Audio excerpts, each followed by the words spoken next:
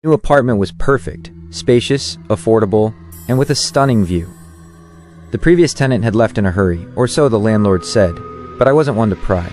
The first few nights were uneventful.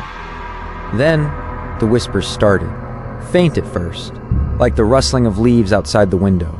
But they grew, just subtly, each night. I couldn't make out any words, just a low, murmuring sound that seemed to come from the walls themselves. I tried to ignore it, blaming it on thin walls or the building settling. But the feeling of being watched intensified. Shadows in the corners of my eyes lingered a fraction too long. The air in the apartment often felt heavy, cold despite the central heating. One evening, while making dinner, I heard a distinct whisper right behind me. It was close, breathy, and this time, I almost caught a word. It sounded like my name. I spun around, heart pounding, but there was nothing there.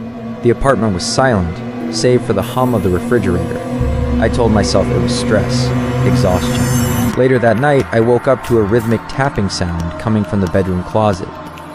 Tap, tap, tap. It was slow, deliberate, like someone gently knocking from the inside.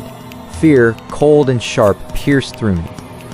I held my breath, listening intently. The tapping continued, steady and unwavering.